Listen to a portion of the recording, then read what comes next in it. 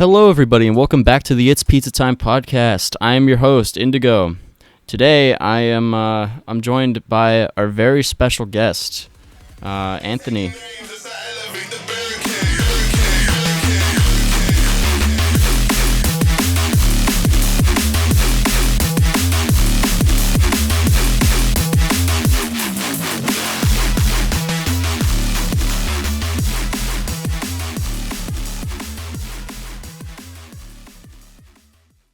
What's going on, brother? How you doing? I'm doing good, man. We were talking about this earlier, but it's incredibly hot right now. Summer things. Kind of sweating my ass off in my room without air conditioning, with like 40 fans pointed in my direction. But I'm living. Yeah, dude, it's savage. Definitely. All right. Well, so for anybody who doesn't know who you are, would you like to give like a little explanation to who you are, what you do, all that good stuff? Yeah, absolutely. So, my name's Anthony Tedder. Some people might know me as Artist Management Guy on Instagram or Twitter. Not unlike my social handle, I am an artist manager. Yeah, it's a really good handle, by the way. I want to congratulate you on that. I appreciate that. Yeah, it's kind of funny. It was just something that I put in my bio because I didn't know what else to put, and then I just over time people started calling me that, so I just rebranded all of my socials as Artist Management Guy. But yeah, I own and operate Radish Management. I have several dance music clients that have been putting out music either for a very short or very long period of time. Prismo is is my oldest standing client. And then I've worked with several others in the past, and recently launched some new projects: Hellbound, Sin, Reaper, Mercy. I'm working on a really exciting project called Brooms, and Revel is another amazing project I'm working on. And I'm just super stoked on what those guys are doing and really excited about taking it up to the next level in 2021 when this pandemic decides to chill out. Definitely. Hopefully. I'm sure they'll be I'm sure that they'll take off, no question. I mean, I remember seeing them for the first time. I was at that the first time we met was at that show that got the one that got shut down over the Brownie show. Yeah. So that was my first time seeing, I guess, your roster. Then it was definitely a good roster. So yeah, that was a sick show. It was super fun, super great vibes, warehouse vibes, and it's unfortunate that it got shut down right before Reaper's world debut, but it ended up lending itself to doing the show the following night at 1720 Warehouse, which is where we wanted to do it originally, but they didn't have a good weekend date available for us. So we decided to just full send in that studio warehouse space. But it ended up working out. The 1720 show was incredible. It was awesome. So many people were there, and it's helped us build a great relationship with Brownies, which is always a great thing. Definitely. It was really cool that you also realized that a lot of people had paid for the first Reaper show and they didn't really get everything. So the second the makeup show was all free and stuff, free entry. Yeah, absolutely. I feel like a lot of artists wouldn't do that. So that was definitely a really a cool, I guess, change. Yeah, I mean, we just wanted to make sure that since we weren't able to give the fans, the experience that they were looking for in the first show, nowhere near it. We just wanted to make sure that the second one was accessible and that everyone that did pay for tickets was going to, get in to the show as well. And the capacity of the second show definitely helped that. And I'm sure there were some people that, either didn't have the extra cash or maybe just, were on the fences about seeing, paying to see a new artist that got the opportunity to see Reaper. So it was mutually beneficial. It worked out for everybody. And we're always glad to, do whatever we can to give back to the fans in any capacity. Yeah, definitely. It was a really cool experience. I can definitely say that it was worth it to go both times. Like, I got to experience, a show getting shut down, which was, it sucked, but it was like, cool. I can say that happened. It was definitely a nice right. That's your tell, world right? star moment. It's like it's a cool story to tell, like, right? It's yeah. But other than that, it's like I also got to see a lot of cool talent that like I wasn't, because really the only name I knew on that roster was Reaper, and like before that I didn't know any of the other ones, and I was like, cool, I like these guys now. I really dig their shit.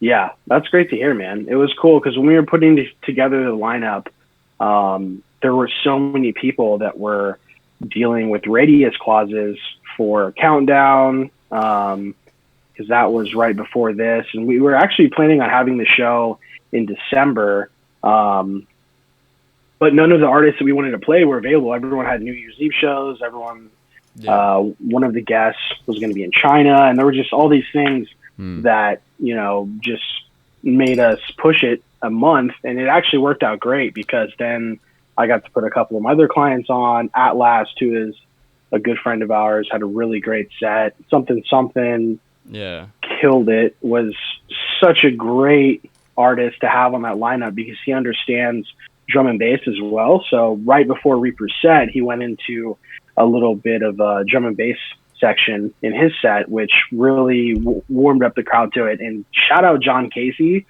for his US debut. That was just insane. And his friend Adlier is a very good friend of mine. Yeah, shout out Adlier. We had him on the show like 2 episodes ago. Yeah, I saw that, dude. That's super rad. I still need to check it out. He mentioned he put in a good word for you, so definitely that's awesome. Yeah, he's the man. Yeah, it definitely was a crazy show. You mentioned you mentioned something called a radius clause. I happen to know what that is, but I've noticed that not a lot of people do. Would you like to explain what a radius clause is? Yeah, absolutely. So a radius clause is a clause in a performance agreement or contract between a promoter and an artist that states that the artist cannot or can perform within a certain mile radius. Usually it's somewhere between, I don't know, 90 and a couple hundred. It's just basically so that if you're playing, for instance, if you're playing Countdown for New Year's Eve, you would be radiused out of playing other shows in SoCal or maybe even California within a certain time period, maybe 60 days, something like that. So it just kind of protects the promoter from diluting their event with having an artist on the lineup that may already be playing somewhere close by, or maybe playing shortly after somewhere close by. Basically, it's like to make it so people don't see it. It's like, so this artist is on this lineup at this venue, but it's like, well, in like a week they'll be at this venue that's like closer to me. Exactly, and if one of the deciding factors for someone is one particular artist, and they can see them at a club for like $30 a few weeks before or after, they might be swayed and they might not buy a ticket to the bigger event or the other event. Yeah. Just all part of the business and politics. Yeah. Do radius clauses usually like go for smaller artists, or is it usually just like headliners? That's a good question. Often it's going to be the larger artists. For most festivals, they do impose the radius for all the artists that play, but the artist's manager or agent or whoever's in touch with the talent buyer for the festival can contact them and ask, for the radius to be lifted if they have a cool opportunity somewhere else. And a lot of times promoters are super cool about that if you're a smaller artist, because they understand that you growing as an artist is paramount in, the continuation of this dance machine that we exist in. And it also would give them the opportunity to book a bigger artist in the future. Definitely. Oh, right. Okay. So I completely forgot. I need to still ask you the precursor question of the show, the main question that I ask everybody, being a little bit off topic, but what is your favorite kind of pizza? Ooh, my favorite kind of pizza. So I'm a guy that really likes balance, and I love a good meat to veggie ratio. And it's always got to have pepperoni. Pepperoni is king, in my opinion. But I like pepperoni, onions, could be red, could be white, equal opportunity on the onions, mushrooms, and black olives. That is my pie right there. I'm glad. Unless I'm like going like Neapolitan, then I go with like the margarita, the classic margarita. But if I'm going like a slice of pie that you get in any of the 50 United States, that's what I'm going for. I'm really glad that you had like a definitive answer. Like you knew that's like like I'd say like 90% of the people we have on the show aren't like really, certain. I guess they're just like they're like I guess like what do I order most frequently? But like you have a definitive answer, which is something as the pizza man I respect that. Love it. What's yours? I got this. There's this restaurant that, funny enough, I used to work at. Funny enough, I started its pizza time before I worked there, so it was kind of interesting how that played out. But they have this interesting like thing where it's like it's a pie with ricotta cheese with cooked rigatoni noodles on top of it, and then it's tomato sauce on top of that. So it's really just carbs on carbs, but you look at it and it looks like a nightmare. You're like, what is this? It does not look good. And then you eat it and then you're like, wow, it works really well. So love it. Yeah, that's the guilty pleasure pie through and through right there. Yeah. It's amazing. I love food. I love or really anything that like will subvert my expectations. You know what I mean? Like it just looks like it won't be great, and then you just try it and you're like, oh shit, this is awesome. I love it. It's like the underdog. Definitely. So okay, you're chilling in you told me you were chilling in Houston right now, right? Yeah, I'm in Houston right now. I decided to drive back to Texas from Los Angeles for a couple months. Not sure when I'll go back to LA. My lease is up through the end of December, so sometime before that. And then I'll probably have to look for a new place in LA or maybe renew my lease there. But yeah, I'm kicking it here in Texas for a little while. That's sick. So how's like everything been there, like quarantine wise, with everything going on? So Texas is kind of similar to California in that it's still like one of the hot spots for the coronavirus, for COVID-19. And people in Texas, I think, because there's a lot of conservatives in Texas, and I think the general opinion among a lot of conservative people is that the coronavirus might be slightly inflated topic. So there's a lot of debates on whether or not people should be wearing masks. And, the coronavirus here is really interesting because when I was in California, it kind of seemed like everyone was team mask. And even though there were a lot of spikes, for which I have no answer to, I would love to hear why necessarily, but people seem to be wearing masks there, and like the whole culture was kind of like mask. And here like generally people are doing it, but I've just noticed a lot more, like especially on social media, debates among the Texas people that I'm still friends with from like high school and and all that, kind of having mask debates. But the overall vibes in Texas and COVID are pretty similar to California or Florida in terms of numbers and volume. Mm.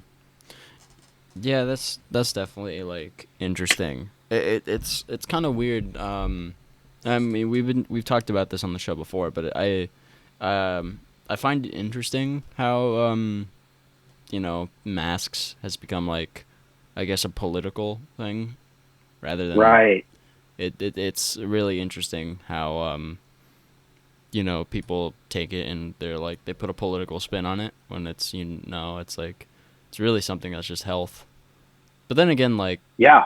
yeah, but then again, it's like, people turned like just universal health care. That's something that's like super political. So I'm not, it's like I'm both surprised and also not that surprised at the same time. If that makes sense.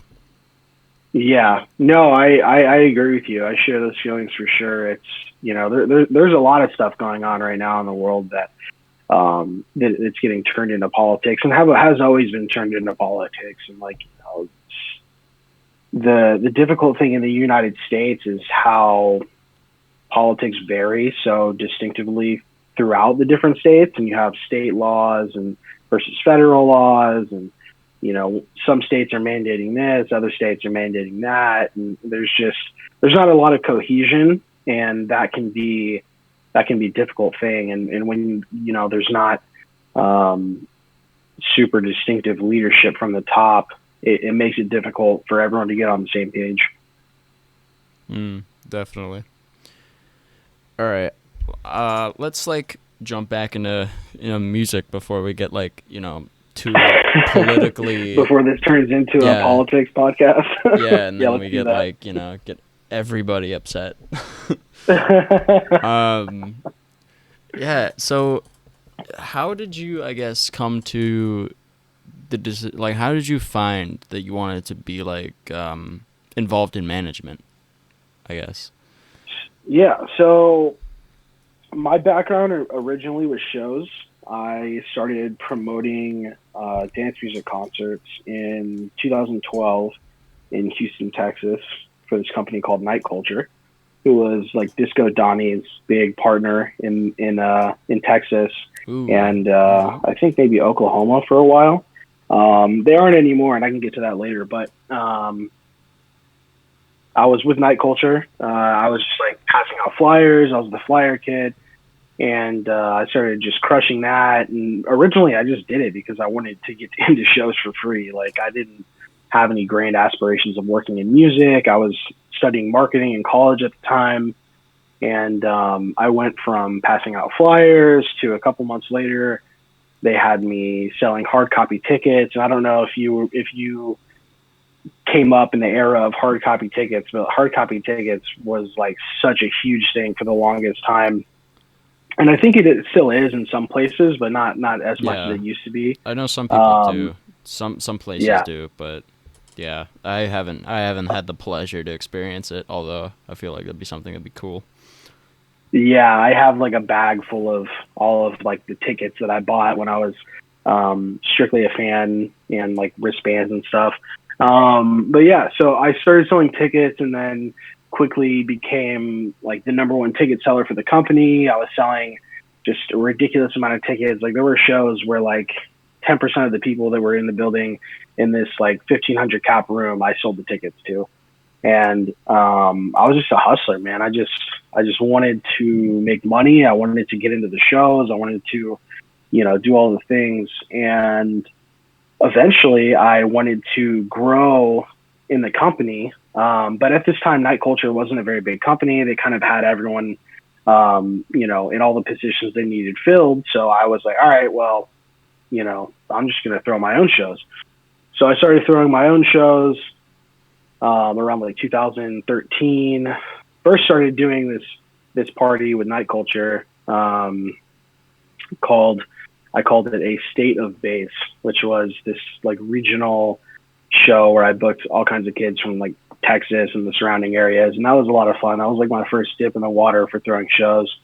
And then I started throwing my own shows, went on to do talent buying at this club called Limelight, that actually ended up closing shortly a couple years after. So I did a couple years of talent buying at Limelight. I booked all kinds of bass artists from like a lot of Never Say Die guys, Disciple guys, Rusko, Crisley, a lot of OGs like that.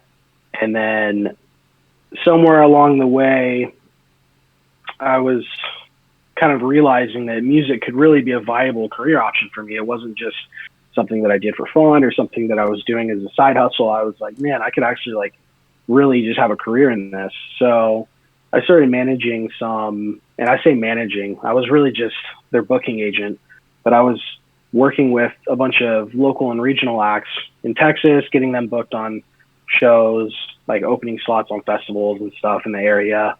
And Prismo was the first client that I had that was making like really solid quality music that I could actually market and get behind and push. So my gears kind of started shifting from shows to management whenever I realized that I would rather be the guy getting paid to be at the shows than the guy paying for people to be at the shows. It's a lot more, there's a lot more of a guarantee in management than throwing shows. And that's kind of like how I felt and what pushed me more towards management. And then Prismo started to take off, doing like all the trap shit that he was doing. And yeah, it was just kind of like dominoed from there. I started picking up more clients, and around 2017, 2018, I was full-time artist management. I wasn't throwing shows anymore. I just kind of worked my way out of shows and full-time into management. Shows had a kick-ass time doing that, threw a lot of fun parties, but I realized over time that my heart was really in management, so I just went full speed. Do you think you'd ever like, if ever like presented with the opportunity, would you throw another show, or do you think like you're completely done with that? Yeah, I actually think about that a lot. And I talk about it with my clients too. I mean, what I would love to do and what we've talked about doing is throwing our own festival. And this is, you know, something that I have no idea when this might happen. It's something that we're kind of talking about as like as a long-term goal. And I won't get into too many specifics, but yeah, definitely want to throw a festival with my clients as the leading artist. That'd be fire. I'd be so down to see that. Love it.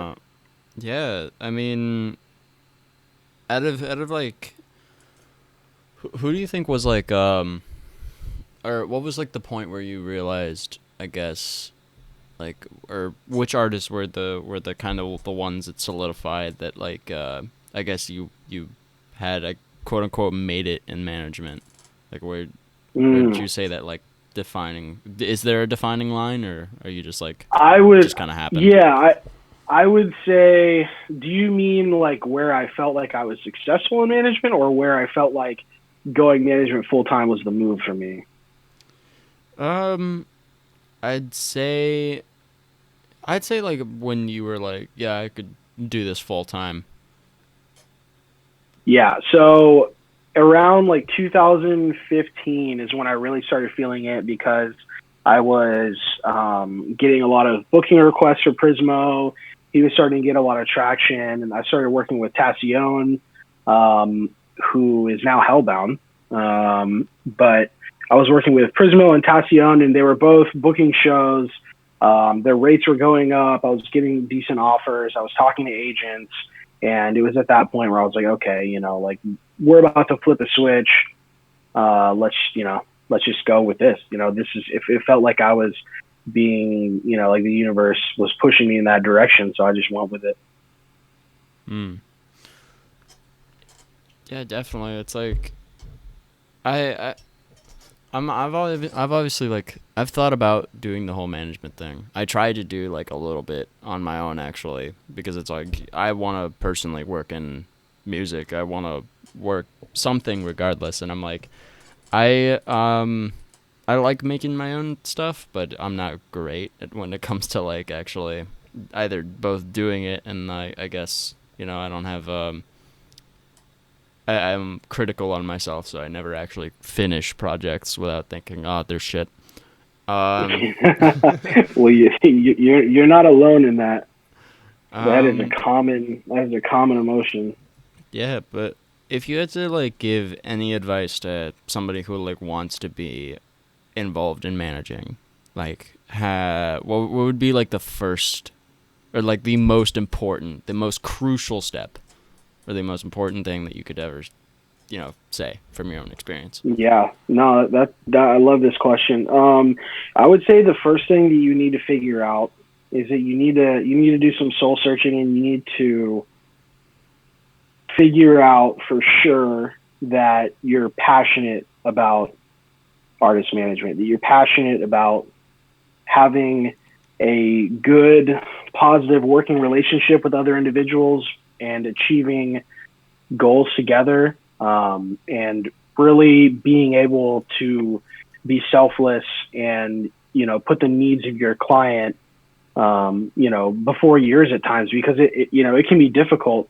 And I've seen the process of breaking artists break individuals because their heart wasn't ever really in it. They thought that they could build an artist and make money and just like do all the things and go to all the parties. But like, if your heart isn't in it and you're like going through like the shitty days, weeks, months, years of management where, nothing, you feel like nothing's working, or you feel like you're not, accomplishing things as fast as you can, those lows can really fuck you up. So if you're not prepared to push through those things and really stay the course and really double down on your vision and really ride with your clients, or your client if you just have one, then you don't have any business being in it.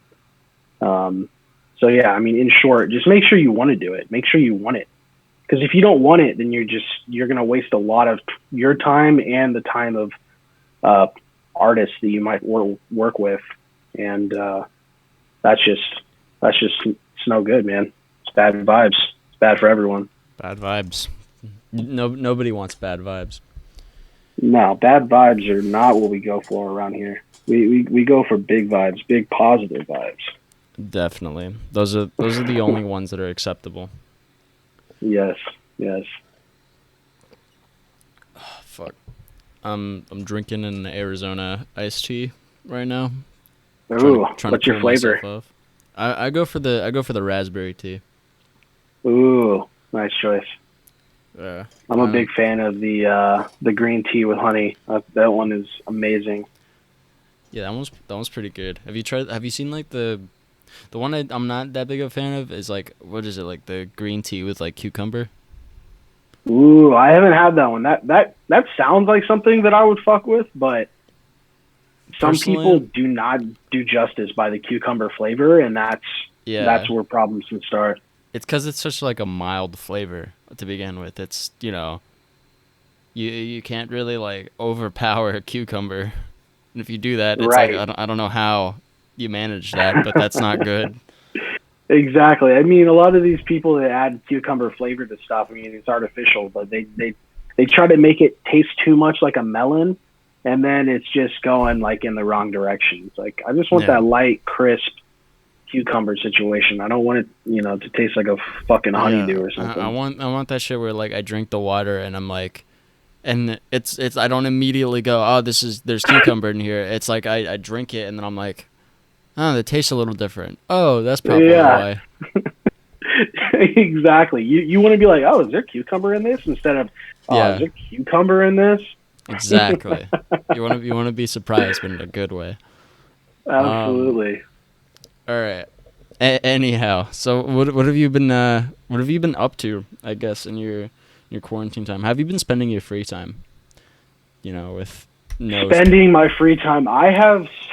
So I wouldn't classify myself as a gamer necessarily, because I don't keep up with the latest and greatest. I don't keep up with who the developers are and stuff like that. Like I don't quite nerd out on it like a lot of people do, which I think is awesome because anyone that's passionate about anything gets my vote. But I don't dig in that deep. But man, I've been playing Warzone like religiously, like so much. And like most people, I see. Yeah. Yeah. Well, yeah. Like not unlike probably a vast majority of other people, but yeah, man, I've been putting in hours, and it's a lot of fun. It kind of brings me back. Like I played football in middle school and high school, and that was great. That was my competitive thing, and then I've loved playing pickup basketball as well throughout the years, and I haven't really been able to do that. So there's something about Warzone that just feels like that kind of like that battle royale. It's kind of like that same competitive feeling. And then watching all these tournaments and streams and stuff has been really entertaining. It kind of reminds me of the same feeling I would get when I was younger watching college football on Saturdays. It's a funny thing, but it's just right in the same vein. I mean, they call it esports for a reason. It really does feel like legitimate sports, which I think is awesome. Yeah. Like, do you? So I'm glad to hear that you agree that esports is kind of like a sport. It's not. It is. Yeah. I always get the argument, at least like. I know, like when I was a teenager, I got the argument from my parents a lot. It's like it's not a sport, it's just a game or whatever.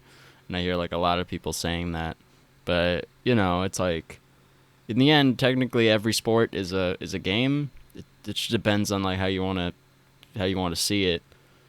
Yeah, absolutely. That's why they're called the Olympic Games. Exactly. It's like because they're games. I mean, yeah. It's like, to be fair, it's like, hey, it just because there's also like people don't realize there's like actually a lot of physical exertion when it comes to esports, because it's like at least not physical as in like your actual like muscles in your body, but more so physical like on your brain, because there's so much concentration involved. But there's so much concentration, focus. You're like hyper stimulated for hours on end. It's and it can be really draining. Like whenever you watch these streams, and at the end of the streams, like I watched Nick Merckx and Swag and Biffle win that 100K tournament, and seeing those just insane rushes of emotion from all of them, and then also on the flip side, having seen Nick like lose tournaments, it just reminded me of like the locker room, like whenever like we would win one of our games versus when we would lose one of our games. There's just so much heart and emotion that goes into it, and for people to diminish what they're doing and say it's not a sport, like, look, if chess is a sport, then like fucking Warzone is a sport. Like, come on. I feel like there's also a kind of tie for like why video games or like why esports and electronic music go kind of hand in hand, because like electronic music is kind of the same is kind of like the esports of music, where it's like people say, oh, that's not music. It's like anybody can do that. Yeah. And I feel like it's interesting because they do go very well like hand in hand. It's like all like a lot of electronic music is played in video games and stuff like that. It's kind of the just an interesting like idea like that just came into my mind. It's like there's a parallel there. Interesting. Absolutely, man. I mean, gaming the subculture of gaming and the subculture of dance music are both heavily predicated on people that felt like outcasts because they weren't doing whatever the societal norm was, and like now fortunately we've normalized being a nerd or gaming or whatever, and we've normalized being a raver and all that stuff, and that's just incredible for the culture. But for years, like, you were a weirdo. Like, if you were playing games. Like I played World of Warcraft, and in high school, like I didn't tell anyone about it because I didn't want people to think I was weird, Oh And yeah. this was just 10 or 12 years ago. Like imagine like the originators of house music and dance music and people that were fans like back then. Like it was not seen as like an average everyday thing. So we have a lot to thank for those people. Yeah, that's definitely something that I think is kind of crazy. I mean, like even I'm not that I'm a pretty youngin, I guess in the case. I was just in high school like not that long ago, like just a couple years ago. Hmm. Um, but even like now, it's not, I guess, at least around that age range. It's not exactly super like normalized yet. So Okay. I I was like the dubstep, I was always like the dubstep kid throughout my entire like childhood pretty much, and from like when I was like 10 Right. until now. Um but I would always get like I would always get like picked on for it cuz people like don't understand, or people never like understood it. People were like we're fucking whatever. And it's so weird because I know like now like the kids that were like picking on me for like liking dubstep are the kids like that will go to like festivals and they will jam out to shit like that, which Yeah, is I feel like it's very interesting, to kind of see how like people dude, evolve over time. it's so funny how that works. I mean, the same people that were, giving shit to the kids that I went to school with that listened to trance music or jungle or even like Daft Punk like back in the day, like the same kids that were getting shit for listening, or they were giving shit for people listening to that, are the ones that were going to bass nectar shows, and I mean, we definitely don't need to get on the topic of bass nectar, but Oh yeah, yeah. just as an example, they were going to like his shows or like whatever other big shows there were whenever they were in college, because that was like the rave like party vibe. Yeah. And it's interesting how that works. I don't think they eat enough crow for all the shit they gave people either. Yeah, it was really interesting. Like I throughout high school, um I didn't find anybody, like not a single person that like knew any of like the artists that I was into or anything. I found like one guy who like occasionally listened to Monster Cat songs while he was playing video games, and that was it. That was like my the only guy that I could talk to about this stuff, and he barely understood it. So it was like Hmm. it was super like shocking to me when like I got to like my first year of college. Like the first day I was in college, fucking somebody like had came up to me, recognized that I was wearing a Disciple shirt. They were like, "Yo, I fucking love Disciple," and I was like, "Holy shit, this is already like way different." It's like, That's incredible. I love that. yeah, it's I so also no, go for it, go for it. I was just gonna say I also love when fans get so invested in the music that they start to research the labels and the related artists and all that. So I think that's super cool that like you loved dubstep so much that you went like further to like say, okay, I fuck with Disciple like in particular. Not that you didn't love all the other ones, because I'm sure you did, but like showing love for a particular label as just a fan does so much for the labels and the artists on the labels. So I love Yeah, that. That's sick. I feel like electronic music in particular though has like the labels in electronic music are they put themselves out there more Hmm. to get that like following, because I could not name a single label for like rap music or like pop or anything, but Right. Yeah. I can name like That's a 10 for corporate machine. electronic. um Yeah. Absolutely. yeah, it's super interesting how that works. But also like all the labels in electronic, they get super invested with their community. Like I mean, like I'm pretty sure, like I mentioned like Monster Cat, and but then there's also like, Disciple. People know what they do. People know like Bitbird and Bygore and all that stuff. Like, you Yeah. know, it's extensive. They have a Yeah. pretty It big is. reach. Yeah, they totally do, and it was something that like I like got into a lot.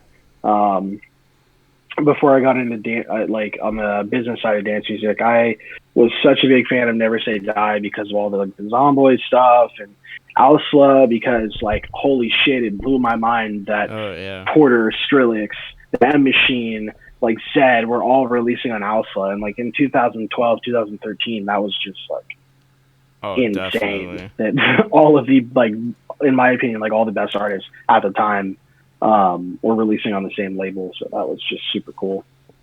Yeah. It's weird looking back at like also now and seeing like their compilation albums with like these huge artists now.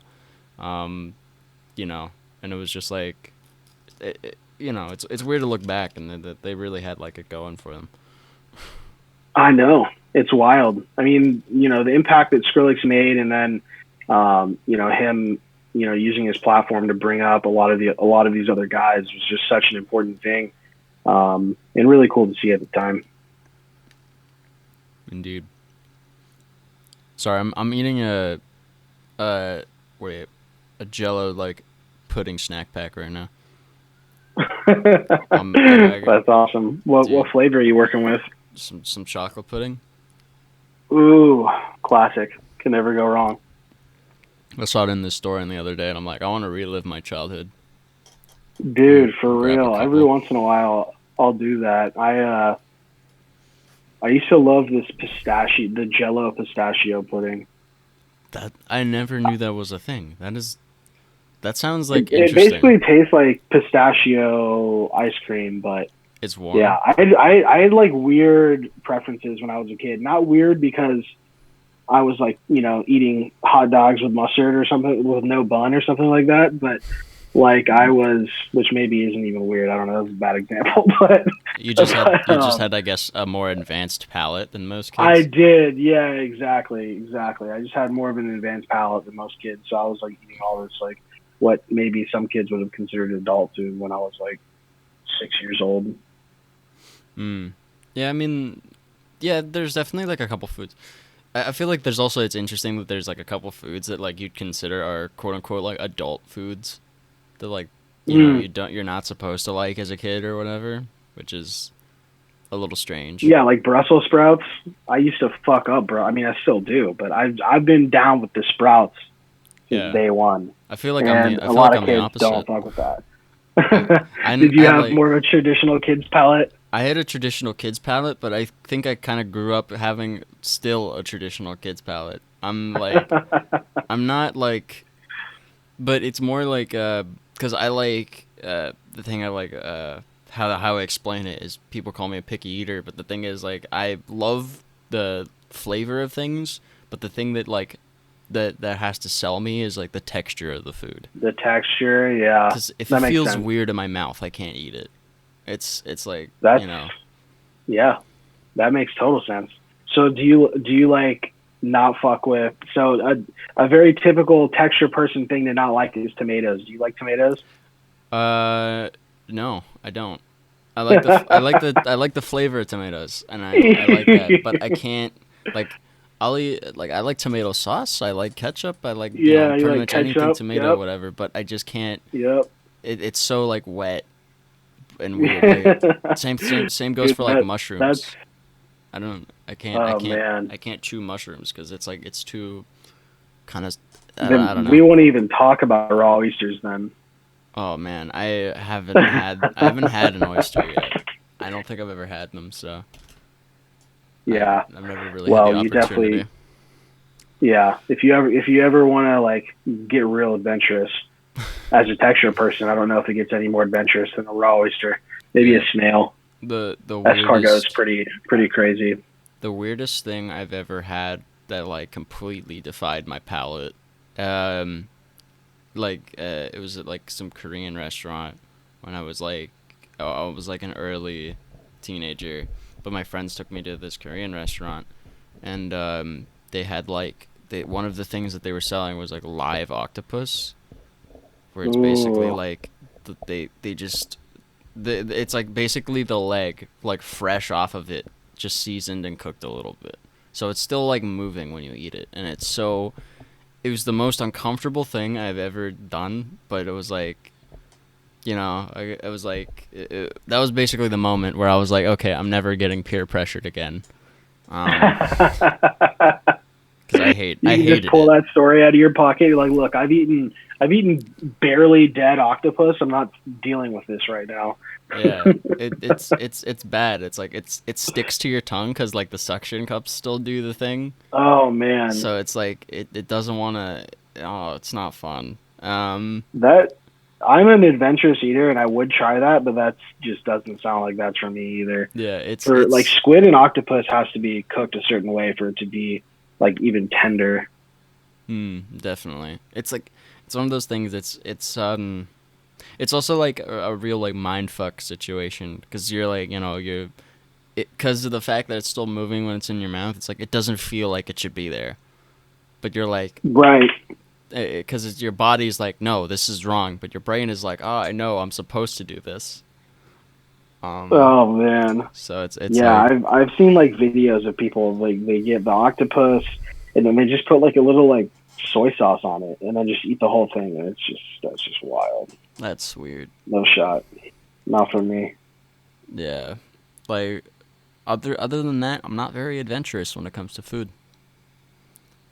Not a very. Maybe maybe as you age and try new things, you might get into it. I don't know what exactly it is, but every few years our taste buds supposedly change, so you never know.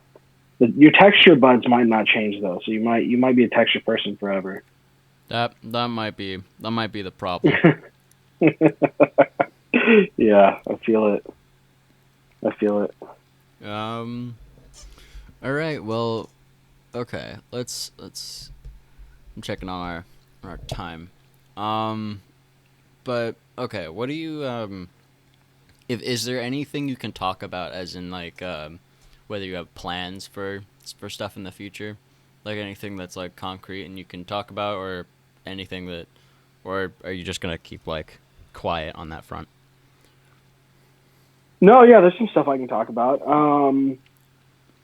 So we're working on some really exciting stuff with the Hellbound project. I'm not going to go into too much detail, but just to kind of tease it a little bit, we are working on doing something interesting in the live stream space, something that some other people have kind of done to a degree, but we're looking to take it in a really, really stylized direction for the project. Yeah.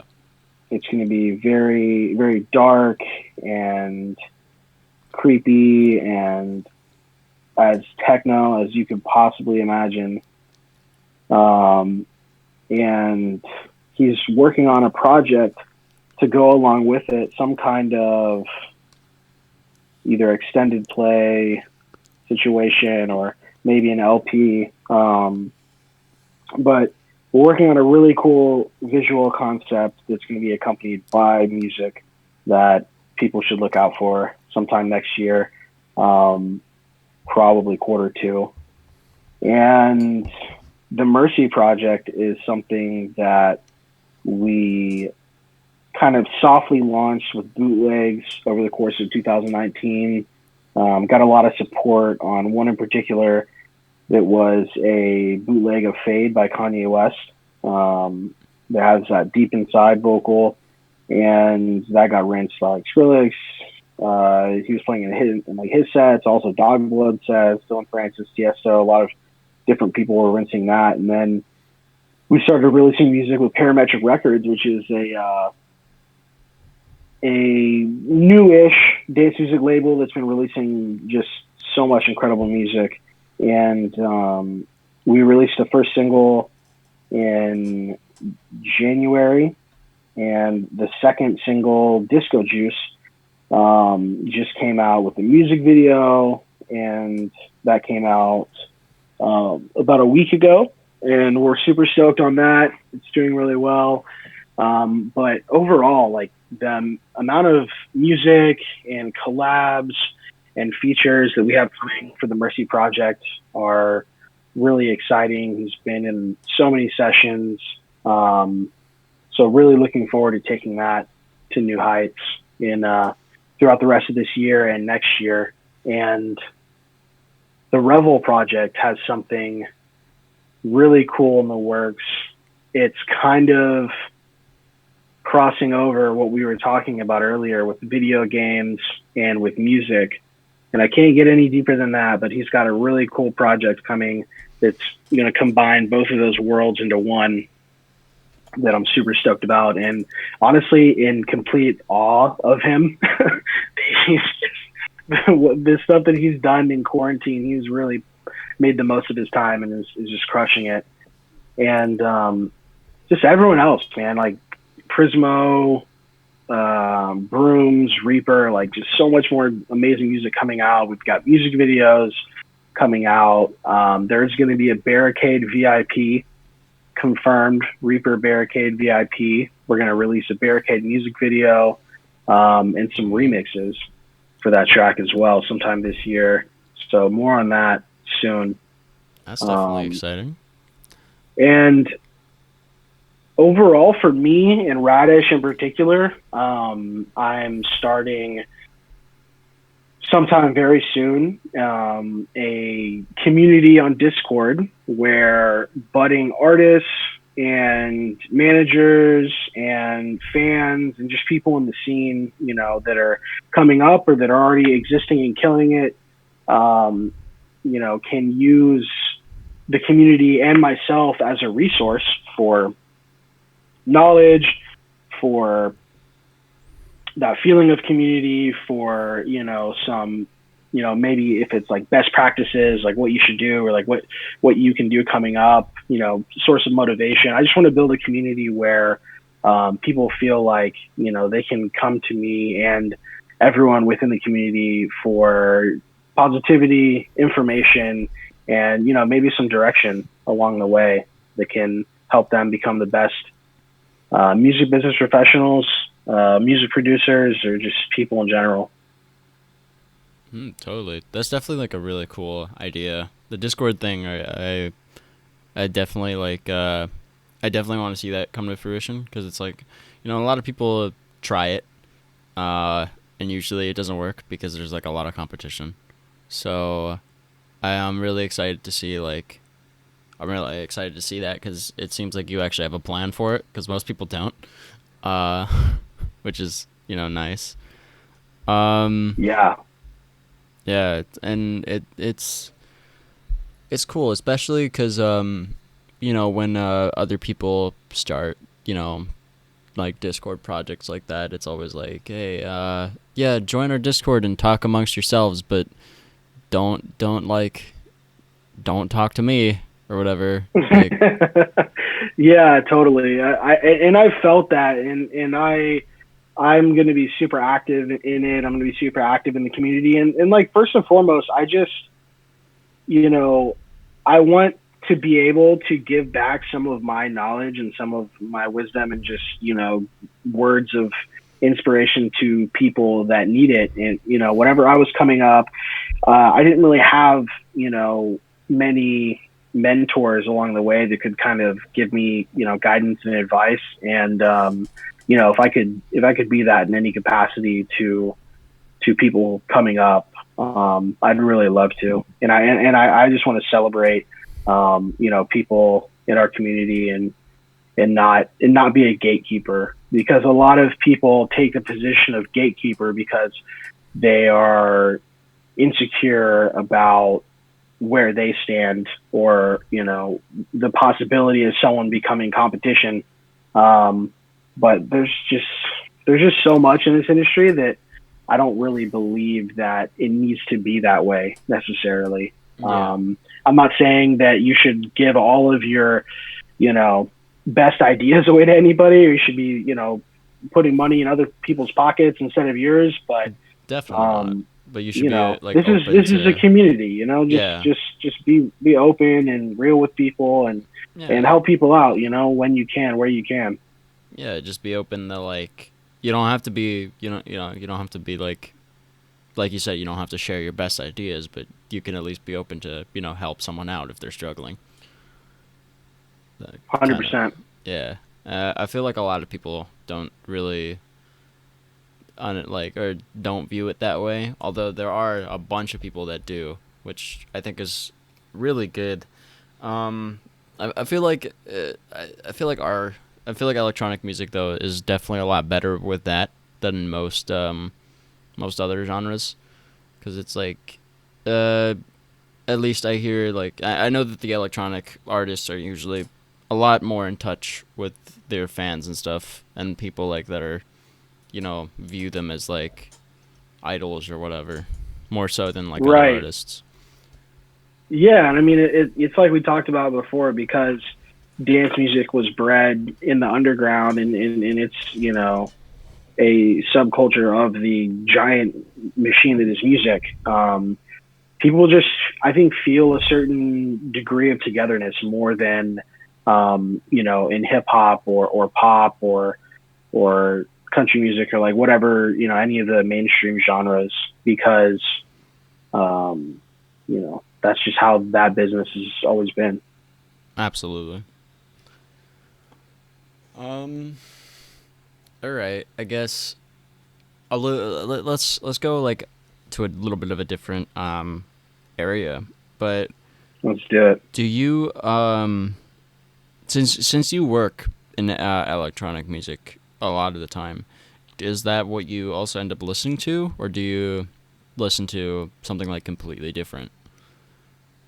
Another great question. I listen to dance music a ton. Um, Dance music is and always will be such a huge part of me. My Spotify Wrapped would tell you that I listen to hip hop more than anything, which might be true, but I listen to so much dance music on SoundCloud when I'm just digging through stuff or listening to demos. I listen to my clients' music more than anything. Like I'm constantly just because I mean these dudes are machines. They're always sending me new Yeah. music, so I'm like listening to several demos like every day, and then just re-listening and giving notes and stuff like that. But I'm a huge fan of hip hop.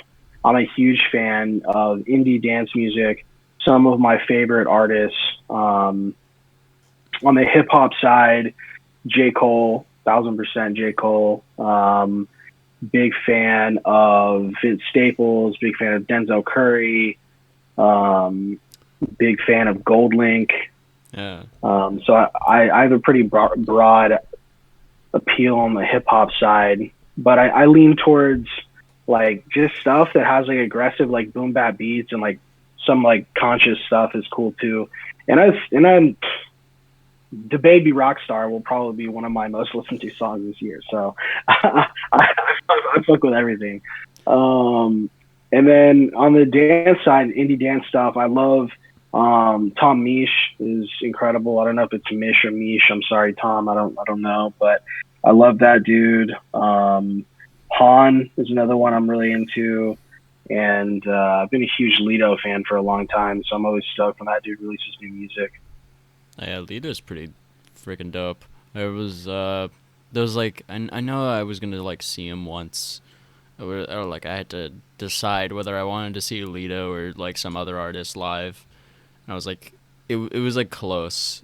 Unfortunately, I didn't see Lito, but I was like, Dude, he puts on a great show. I went to I was still living in Houston at the time, and I flew to San Francisco to see one of the dates on his Everything album tour. He only did like 8 dates, and they were all in really just gorgeous theaters across the country. And my buddy and I flew to the San Francisco date, and it was such a fun time. He played his entire Everything album, where he was like just jamming out like a lot of portions and doing like live edits and stuff, which was really fun. And then he did, I'm not sure if you're familiar with his Life of Peter, where he flipped the entire Kanye Life of Pablo album into one super long, like 9 minute track where he remakes every song and mashed them all together. Super sick. He played that out live, which was awesome. And then finished up with a bunch of his bootlegs and remixes that got them super popping in the first place. Man, That was sick. If you ever get a chance to see him, you should definitely that do sounds that. that sounds dope. I'll definitely need to check them out when shows come back. I think that's like one of the problems with what like it's both a blessing and a curse living in LA when it comes to shows, because Mm, you have like you have it's a blessing and a curse because you have so many options. Because you conflicts, man. yeah, it's like usually it's like there will only be like there's usually one there where I'm like, oh, okay, I want to see this more, definitely. But a lot of the times it'll be like there are two shows the same day, and I'm like, fuck, which one do I want to go to? And I have to like make a decision, and it usually sucks because it's like I'll have a good time, but I'll still end up regretting it regardless of which one I choose. Hmm. Because it's like, hey, man, Yeah. I wonder what the other one was like.